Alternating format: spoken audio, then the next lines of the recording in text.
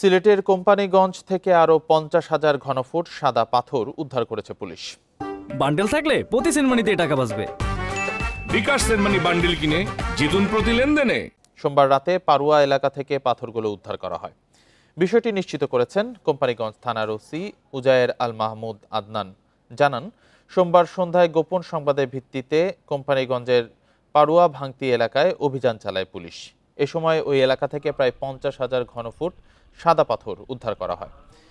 এ নিয়ে প্রায় 5 লাখ ঘনফুট সাদা পাথর উদ্ধার করেছে প্রশাসন। তবে অভিযানে কাউকে আটক করা যায়নি। এখন পর্যন্ত খনিজ সম্পদ ব্যুরোর মামলায় 11 জনকে আটক করা হয়েছে। এছাড়া সাদা পাথর লুটপাটে জড়িতদেরও আইনের আওতায় আনতে পুলিশের অভিযান অব্যাহত রয়েছে বলেও জানান তিনি।